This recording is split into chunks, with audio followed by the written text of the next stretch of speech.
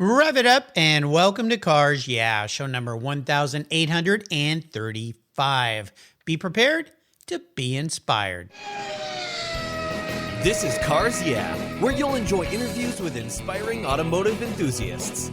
Mark Green is here to provide you with a fuel injection of automotive inspiration. So get in, sit down, buckle up, and get ready for a wild ride here on Cars Yeah.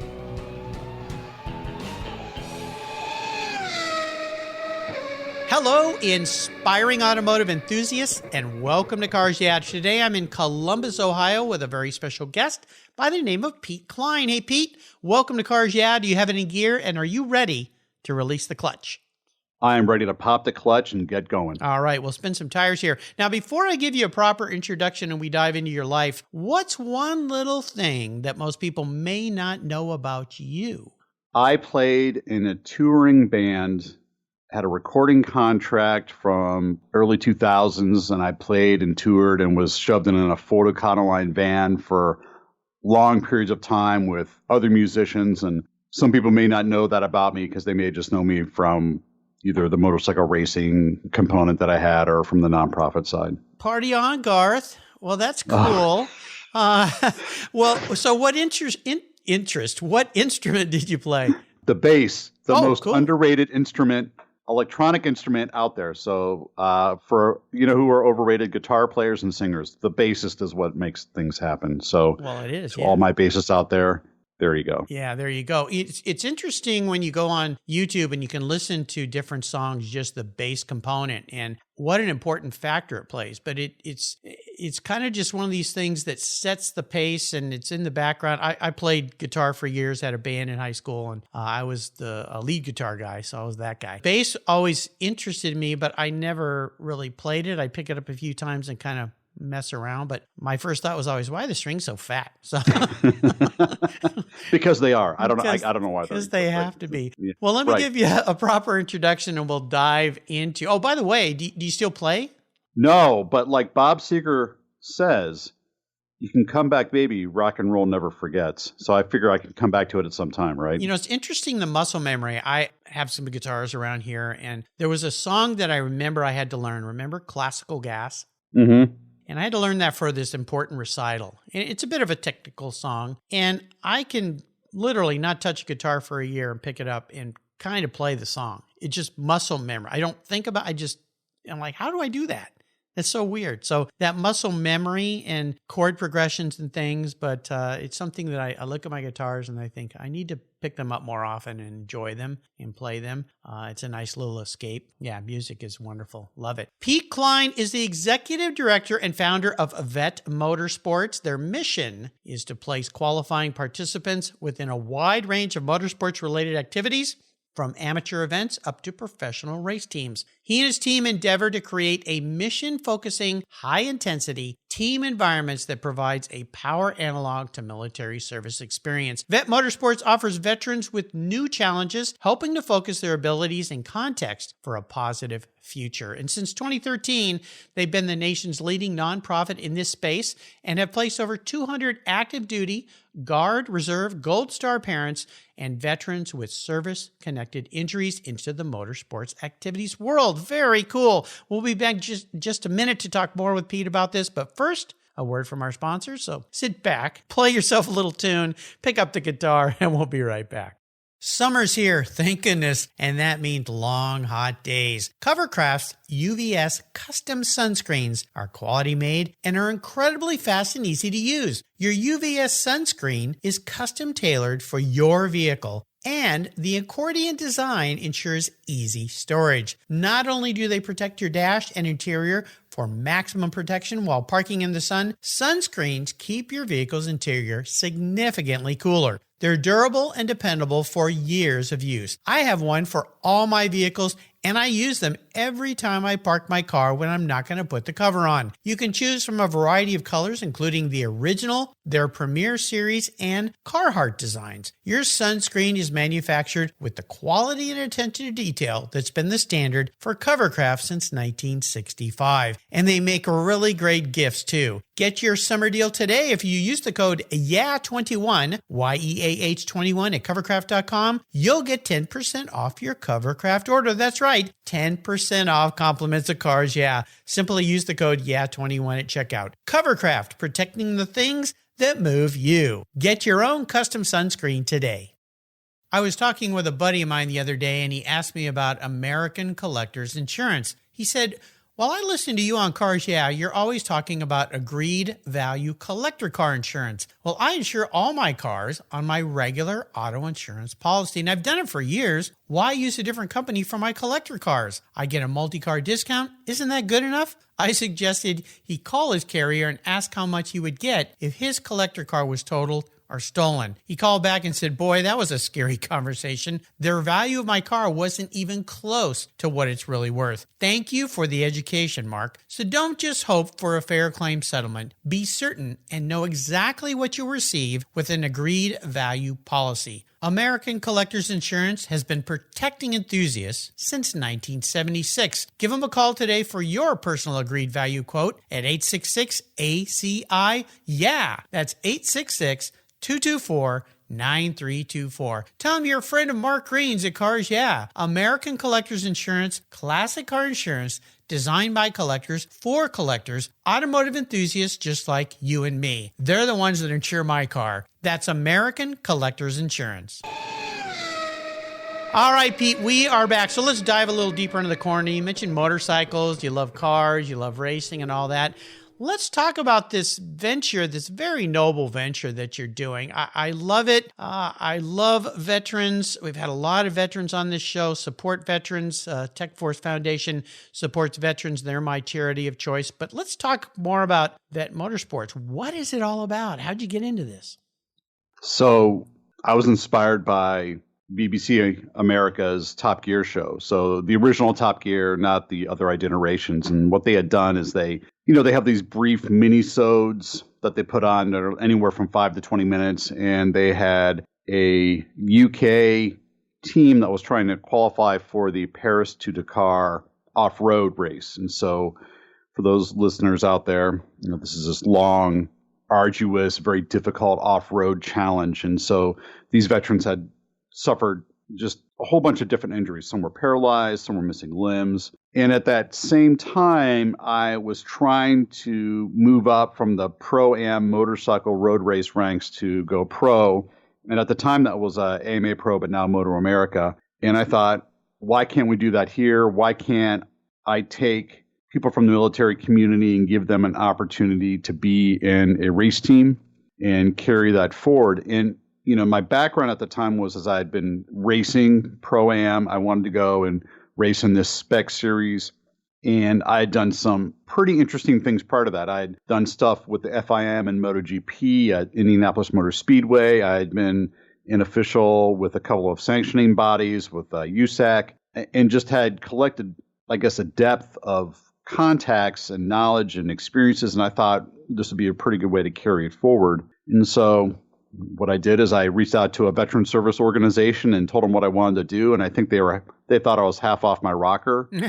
And then they came out and actually visited me and saw that it was totally legit and went out and put the event on. And so for my first pro debut at Mid-Ohio, I not only raced with a crew composed of all veterans with service-connected injuries, but I fundraised for that veteran organization at the same time. I had a crew chief that I had worked with in MotoGP and the Moto2 series come out and help me out. We qualified. I finished the race. I didn't go to the hospital. It was a win for everybody, right? So, and that was really kind of what pushed it forward. And then from there, we just, when I mean we, I mean me in the third person sense, right? I just decided to carry it forward and continue that endeavor because it was really resonating with me in a lot of different areas, especially in the giving forward aspect of it, and also because I was still involved in the racing community.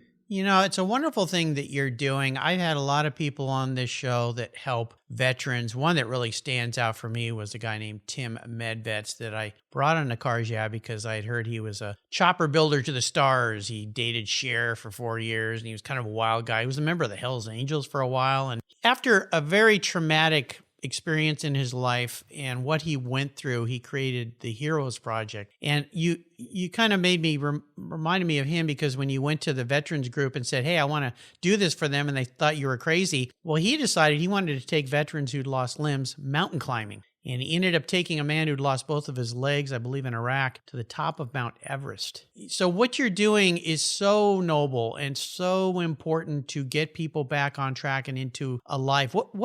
What motivated you to do this? What is it about veterans?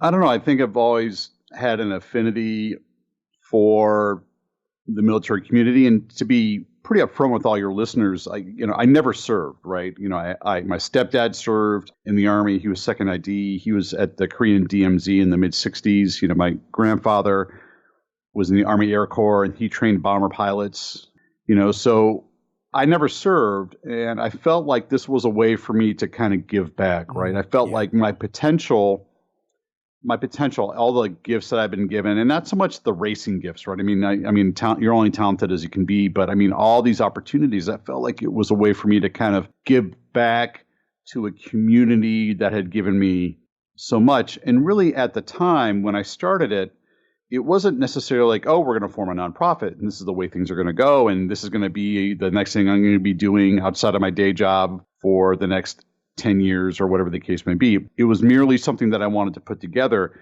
I think what really transformed me was how I saw the participants change throughout the weekend, and really not only how it affected them in a positive way, but how it affected me in a positive way. And I think that's what inspired me to keep on doing the project, and even doing the project after I got hurt.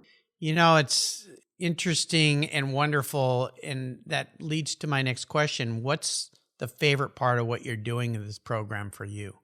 I think for me, it's the challenge of maximizing my potential. And listen, the program is about, the community that we serve and maximizing their potential. But at the same time, it's making me grow as a person, not only professionally, but emotionally as well. And so it allows me to step outside of maybe a narrative that somebody put it on me regarding what I can and can't do. And it allows me to really just go and operate in a space that is really new, and I can expand and challenge myself. Does that make sense to you and to the listeners, right? It makes 100% sense, and here's why, Pete. My regular listeners have heard this ad nauseum, but I'm going to say it again. I've learned after interviewing now 1,834 people the secret to happiness. And it's really simple: giving back to others. And when we figure out as human beings that is our mission and that's why we're here, that really is what makes us happiest. And many people don't realize this till either later in life. Some sadly never realize it because they're so selfish. Others figure it out really early in life, but you figured it out, and that's where the reward comes from. And it really is what makes us happy. And you don't even know it sometimes, what it's doing to your soul, your brain, your heart, whatever it is, how you believe in yourself, until you do it. And it could be simple. It could be just giving something, or giving your time, or in your case, creating a whole entity to help people who are in need. But that's what you just described to me. I think that the thing that I like about it is a lot of organizations, it's creating something from the sum of smaller individual pieces, right? So from my perspective, we have Bet Motorsports as this, we want to make it a global brand, and, we feel that we have a very strong presence, but it's really taking these opportunities that come to us by individuals or organizations and plugging them into the program to make the program stronger. And I think one of the things that resonates within me, one of my strengths that I feel, is being able to take these components and draw the dots, connect the dots to how they all align, and understand how we can maximize that opportunity. And for me, even just talking about it, I feel that's what really gets me excited, is how we can create opportunity out of something that is maybe nothing, but if we collaborate and work together, we're going to create something that can be transformative. Absolutely. Can you describe or explain to me maybe a couple really phenomenal positive moves forward for the people that you help that have happened? Maybe just a couple quick stories or even one great quick story that just made you go, wow, didn't expect that to happen.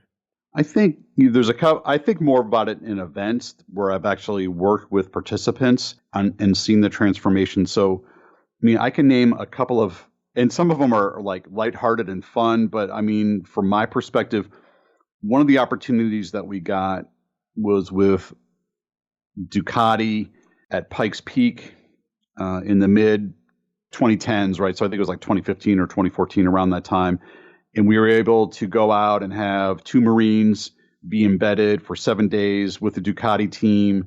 And those 7 days on Pikes Peak, it was just an amazing event, right? We sat down and had dinner with the Marines separate from the team. And, things were said and,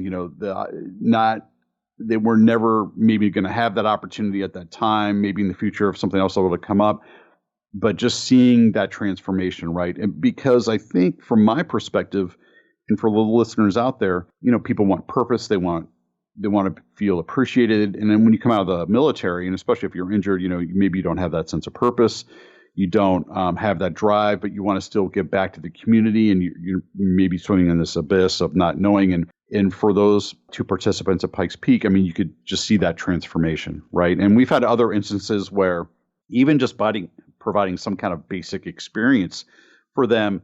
Listen, it may not be the thing that they want to do for the rest of their life, right? Motorsports as a vocation or motorsports as a hobby, but at least they got out of the house and tried it, right? And I do feel that we've had these conversations in the background where they've said, I would never have gotten out of the house had you not offered this opportunity to me, or this made me realize that I may not want to do this, but I can do this or that. And those are the conversations that we have one-on-one or via email after the fact that really know that we're on the right track with something. I'm not sure if that dances around the question, but those are the things that we see on our side. Ah, they're great. Now, if you were going to offer some advice to somebody who wants to go out and do something, maybe not specifically what you're doing, but find a way to help, how would you advise them to get started?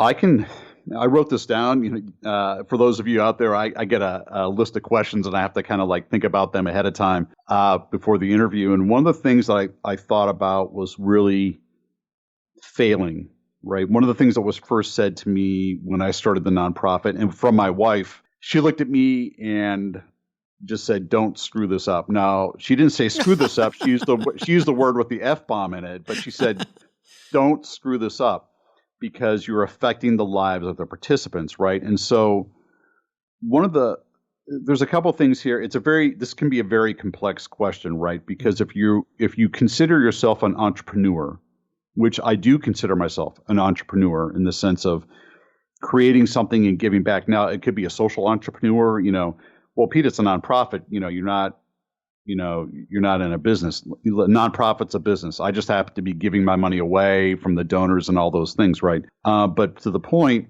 understanding that failure is acceptable as long as you're learning from it and that you're protecting your brand name in the name of the company or organization that you're working for, right? And then you need to understand that you need to build a team of people around you that can help you achieve whatever goals you're trying to get to. I think it's easy for those out there that don't know how to get started in something to be paralyzed by fear, right? To stand on that precipice and look down into this black void of whatever and just don't want to do it because they're afraid of failure. Everybody's going to fail, right? And you just have to understand that you can, but you're going to fail forward, as they say. And the second one is get people around you that are smarter. In my case, it's pretty easy, but smarter than you are, and that can contribute in a positive manner. I think it's easy to get people around you that are always going to be yes people, like your friends and your family and whatever. It's harder for you to go seek people out that can provide you constructive input on how to be a success or how to make something successful. You've got to delegate that away and listen to those people. All great tips, value bombs, golden nuggets, as I call them here, that you listeners have heard before, but repeating it is good because it reminds you what you need to do. And no matter what level, you can go out and help somebody do things and achieve things and feel better about themselves. And what Pete's doing is a wonderful way to do that. We'll put links to his program on his show notes page. We'll take a short break. We come back. I want to talk about a big challenge, maybe with this or something else in your life. So sit tight, keep the seatbelts on, and we'll be right back. What began as a charitable car show has grown into the world's greatest collector car auctions, raising over $133 million for charitable organizations to date. For nearly 50 years, automotive enthusiasts from all over the world have enjoyed the Barrett-Jackson collector car auctions, and I'm a huge fan. Regarded as the barometer of the collector car industry, their auctions are world-class lifestyle events where thousands of the world's most sought-after, unique, and valuable automobiles cross the block in front of a global audience, in person, on TV, or streamed online. Barrett-Jackson produces the world's greatest collector car auctions in Scottsdale, Arizona, Palm Beach, Florida, Las Vegas, Nevada, and new for 2021, Houston, Texas. The excitement of Barrett-Jackson auctions is contagious, and a unique experience is not to be missed. And coming soon, something new for you Cars Yeah listeners. I'll be teaming up with Craig Jackson on the first ever Barrett-Jackson podcast, coming to your mobile devices every week. Listen here on Cars Yeah and check out the Barrett-Jackson website for unique details on this new, exciting podcast that I'm very proud to be a part of. And be sure to visit barrettjackson.com today. Barrett-Jackson, the world's greatest collector car auctions. I've discovered Linkage. It's a new quarterly publication and website that covers the automotive market, driving, restoring, collecting, and discovering your passion for motor vehicles. Linkage is about experiences, opinions, and values. Linkage is an actual informed, reasoned opinion based on first-hand experiences. A talented Linkage team covers the automotive world, the people who share your passion and mine, smart, considered, rational, and experienced opinions, ones you can learn from and grow. That includes our passion that drives auctions and the collector car market. So come with me and join us on this journey. And be sure to use the code CARSYEAH when you subscribe, and they'll give you $10 off. Boom! Linkage, geared for the automotive life. Subscribe today at linkagemag.com. All right, Pete, so let's talk about a big challenge, big failure, whatever that might be. But the more important part of this is what was that life lesson, that valuable lesson to help you move forward positive. So take us on a bit of a dirty, bumpy ride, perhaps. So I think the biggest failure, perceived failure, right? I think it's, I know we can get all metaphysical with this, right? So I think the thing that, wanting to get promoted in your day job, trying to rely upon other people. When I didn't achieve that, it was a pretty hard blow for me professionally, right? Outside, having a day job and all that. And, and then you feel undervalued, or am I doing the right thing? And then you have to kind of from my perspective, I just had to really take a hard look at it and ask myself, even if I would have gotten that position, would I have been able to succeed on my terms? And the answer was no, right? I think it's very easy if you don't get promoted in a job, or if you're overlooked or whatever. But then you have to ask yourself, one, is it really a right fit? And the response to me in my case was no.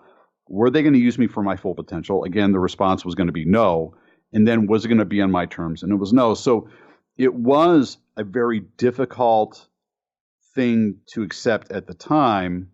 But in hindsight, it would not have led me to where I'm at today. And I hopefully that answers the question, right? I think not. I think if somebody wants something really bad, and there's that thing, be careful what you wish for. Mm-hmm. I think in my case, knowing what I know now, I'm good without that, right? Yeah. So if somebody was in a similar situation, maybe felt like they hadn't gotten to where they wanted to get to, how would you advise them?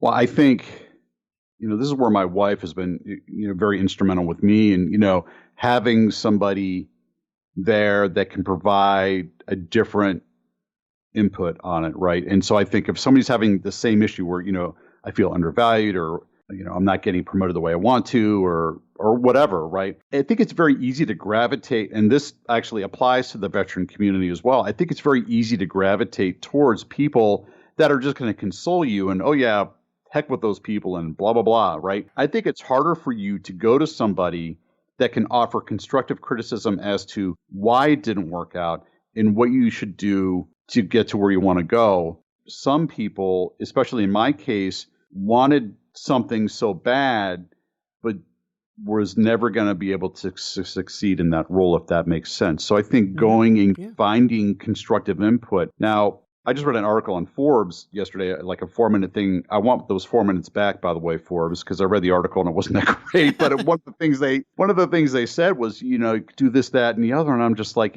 for some person that would probably be a successful thing. It was a very broad painted picture about going back to work after COVID. But for others, it's just, I read it and I'm like, that doesn't even apply to me. So I think the thing that I would probably sum up too is, if you're trying something and it's not working, is that really the right fit? Right. I'm very much a proponent of working within your strengths, not trying to work in improving your weaknesses, because I think you'll shore up that weakness, but you'll never be strong in that area. I think if you're having a hard time with something, you have to ask yourself, is it really going to be something that I'm going to be successful in? And what really is driving me for that? And is there another path for me to get there? Or is there someplace else I could be where I can feel fulfilled? That makes sense. When you look ahead at a bucket list with Vet Motorsports, where do you want to be is a better way to ask the question in the next, let's say 3 years, 4 years, 5 years? Global domination. So there you go.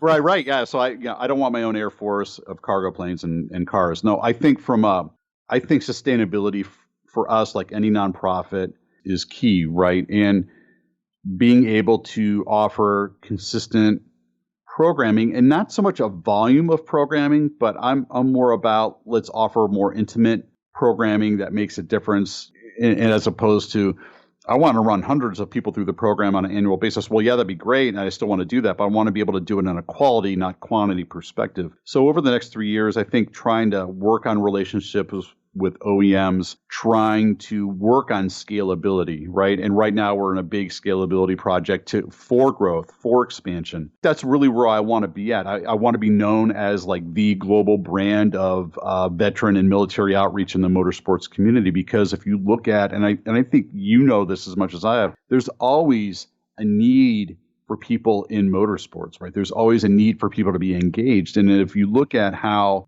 the community is beginning to age out right now with Vietnam veterans, I think by 2024, anybody Vietnam or earlier is going to pass away. That's a huge amount of people leaving the motorsports field. It's ripe for opportunity for people to come in, but we need to create a door or a gateway for them to get engaged, either as a vocation or as a hobby, or a third home principle where they can come out and hang out and feel welcome. Brilliant. I love it. Let's talk about a special vehicle in your life. I want you to tell me what that was. Could be a car or a bike. In the case of bikes, you love to ride. What was that vehicle and what made it so special? I'm going to set the Wayback Machine. Yeah, I think when we talked about earlier, right, I think you're just a touch older than I am. So in high school, I had this car. I loved it. It was a 78 Olds Cutlass Supreme, right? So it had the Landau top. Yep. For those of some people are like, what's that? It was a Landau. So it wasn't a full vinyl top, right? They cut it back at the pillar by the front door, so it was like a half of a vinyl top. Yeah. And then it had like the crushed like velvet interior bucket seats, and it had the mag wheels, and it had the Goodyear Eagles on it. Yeah, I love that car. I mean, for me, that car was amazing. Now, I'm not going to talk about the 76 Plymouth Fury that had the leaf springs rust through the trunk, or the AMC Pacer, or any of the other stuff that I own. And so I think the Cutlass Supreme, just because I think in high school, that's a very impressionable time for you. And I think, I loved having that car. From a motorcycle side, I had a 86 Honda Interceptor that, I eventually met my wife on and rode around the country. And that was it was more of a rat bike than a pristine Honda Interceptor, right? So it was fun, and I enjoyed my time with that as well. Well, 78 Olds, Malaise period. I'm part of a Facebook group, Malaise Cars, which is an interesting group to be a part of, an interesting period. Whenever I see one of those vehicles of that period in time, I always take a quick snapshot and post it, and people go crazy. Malaise is kind of from 73 to 83. That period of time that was suffering pretty poor performance because of fuel mandates and so forth. And the cars, were just kind of big and heavy and sluggy slow. And interesting period, but I know exactly what you're talking about, which leads me to a very introspective question. That is, if you were a vehicle, manifest as a vehicle, not what you want to be, but how you perceive yourself, what would you be and why? Station wagon. Okay, and why a station wagon? So I had to think about this. I had to metaphysical. He's giving me a metaphysical question. I need to think about something. I had to think about it in regards to my personality, right? So I think a station wagon, it can be a performance sleeper, right? You don't necessarily think it could be seen as grandmother's car, right? But it's also it could be a performance sleeper, like a Acura. So maybe not an A6 Avant. Right. They're practical. Yeah. They typically hold their value. They're reliable, right? So those were the key, all the bullet points I thought about if I tried to manifest myself as a car. So I think station wagon is where I want to be. I think reliable, holds a lot of stuff.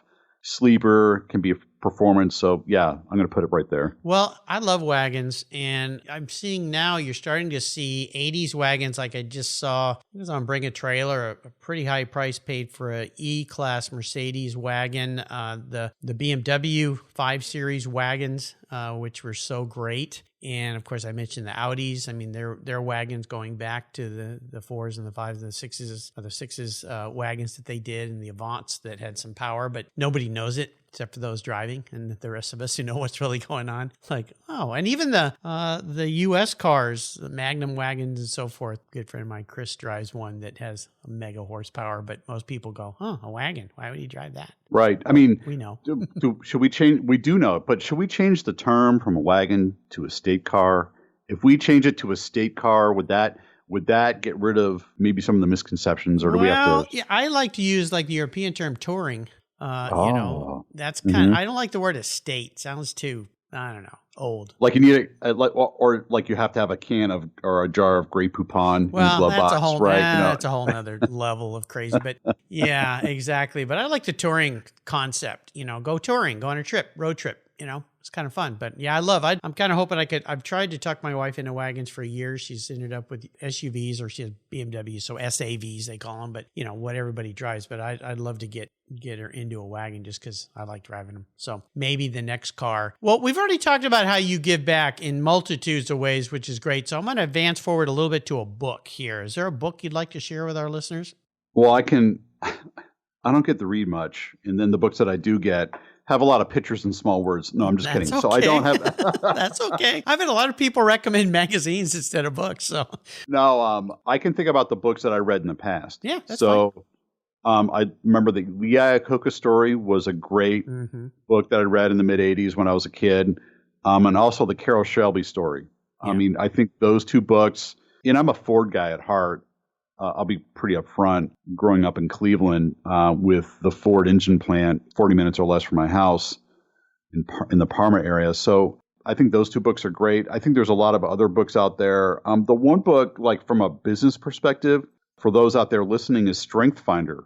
Strength Finder is for those of you that want to know what your strengths are from a business perspective and where things resonate within you, where you can make a difference. Buying that book and taking the exam, I think, is a great vehicle, no pun intended, for you if you're trying to find what your niche is to maybe suss that out a little bit.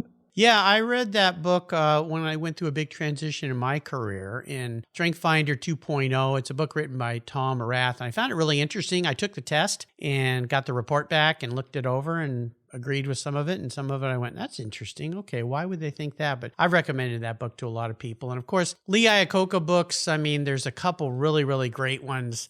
Where Have All the Leaders Gone, I believe, is one of them. Another great one, he's the autobiography about him. One he's talking about, I think it was bean counters or something like that. Yeah, and of course, Carroll Shelby, too. There's another winner. So I'll put links to these books on Pete's show notes page. You can find them all with quick, easy clicks to buy. Like all my past inspiring guests have offered us here. So remember to go to a place on the website called Guest Recommended Books, where all those books are listed with quick, easy clicks to buy. We'll take one last short break. We come back. We're going to go on the ultimate drive or ride here, Pete. So sit tight. We'll be right back. Cars Yeah is proud to support our veterans, which is why I've teamed up with our nonprofit partner, Tech Force Foundation, through its Veterans at Work Military Transition Campaign. The tech shortage is very real, and our country needs skilled, qualified techs to keep our cars, trucks, airplanes, and fleets rolling. When so many vets build their skills in maintaining and servicing vehicles when deployed, TechForce helps transition those skills to jobs as professional technicians when they come home. Learn more about TechForce Foundation and its Veterans at Work Military Transition Fund at techforce.org today. All right, the ultimate drive, how this works is you get to pick the vehicle, you get to pick who you're with, you get to pick where you're going, and maybe what you're talking about. This could be somebody living or somebody who's passed. So what would the ultimate drive look like for you? I think a cross-country trip in the continental U.S., because we're such a big country, I think that would be in a wagon. There you go. So it has to be a station wagon, cross-country trip. And, you know, who's in the car with me? I mean, I could have anybody in the world, right? Anybody in the car with me, right? Is that right? Living or deceased. Somebody's maybe let me past, I'm going to say my wife and my daughter strictly because my daughter's a teen, and I think the opportunity to be with her as she gets older is going to be a little more and more difficult, right? I'm already dealing with some of the door closed phase, and I'll come out for dinner and then go back in. So I think, I think spending time with my wife and daughter on a road trip, which we've done, is just we have a great time, and I'd still love to do that. And some of the listeners are probably like, man, you could pick anybody to be in the car with you, dead or alive. But I mean, I'm like, I don't know. I mean, there's so many great people that you would want to have that, but I think just spending time with your family is really important. I know that's kind of probably a downer for some people, but that's it's what's important to you. And I think it's really important. When my daughter went off to college, I had this grand plan of 3 days on the road, 1,400 miles away, taking her to college. And my wife advised me, she goes, you know, what you think this trip's going to be like and what it's really going to be like are two different things. I just wanted to tell you. And I go, what are you talking about? And of course, she was right. She always is. That's what happens when you marry somebody who's really smarter than you. But, you know, my daughter was going off to college, and so her mind was on that. She was scared. She was excited. Most of her time was spent on her phone, but we did get into some music together. But I'll tell you something. Here's what's going to happen. This is a great thing for you, Pete, when you have a teenager, especially a daughter, is they become cats. They've been dogs their whole life, but they become cats. Okay? So everybody gets that. That's either had one or the other or both. But here's the great thing is, they turn back into dogs at one point. They do come back. And I saw that the junior year for my daughter, because I used to fly back down to California and drive all the way back with her because she needed a car when she was at school. And that drive back, the dog was back. So they do become dogs again. But it's a good thing they become cats because they go off, they learn their own lives, they become their own person, they discover things, and they also discover during that time how valuable family is. Even though they kind of knew it, they relearn it. So there's a little bit of hope for you on that cross-country trip. You've taken us on a great ride today, and I want to do a shout-out to Jeff Alon, who's introduced us. Thank you, Jeff, he's introduced me to several great people, for introducing me to Pete. This has been a wonderful talk. What are maybe parting words of wisdom, advice, a mantra you could share with us before we let you go? Don't eat 3-day-old sushi. No. Don't eat gas station sushi when you're on that cross-country trip. Yeah, thank you. Yeah. Man, that's a parting shot for the listeners out there. Yeah. I think I really have to think about this. I think follow your passion, right? In I would say be flexible in how you get there. I think a regiment. Now I'm a Scorpion. My wife's a Capricorn.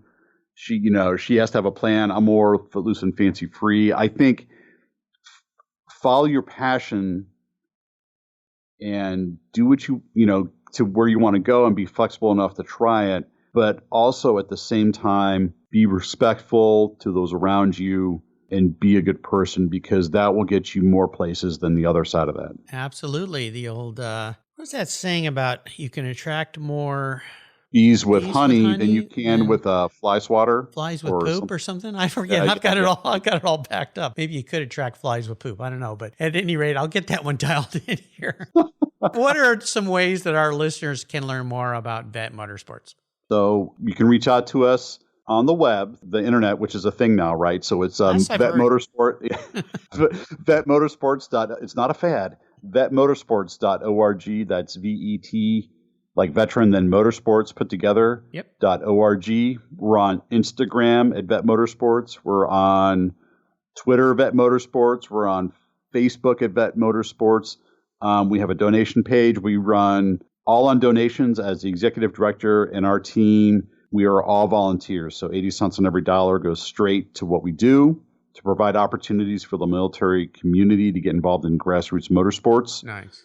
You can just go to our webpage if you want to learn more about how to be involved as a volunteer, as a donor, if you fit in the participant criteria, how you can get involved into an event. And just visit us there, and we will reach out and respond to you. Listeners, this is an awesome deal. Look into this. Learn a little bit more. If you've got the means to help, by any means, help in any way that you can. I'll put all these links on Pete Cline, Cline, his webpage here on the Cars Yeah website. Pete, thanks for being so generous today with your time and expertise. It was for a great, fun talk with you. This has been great. Until you and I talk again, my friend, I'll see you down the road. Thank you for having me. You're welcome. Thank you so much for joining us on today's ride here at Cars Yeah. Drive on over to carsyeah.com to find show notes and inspiring automotive fun.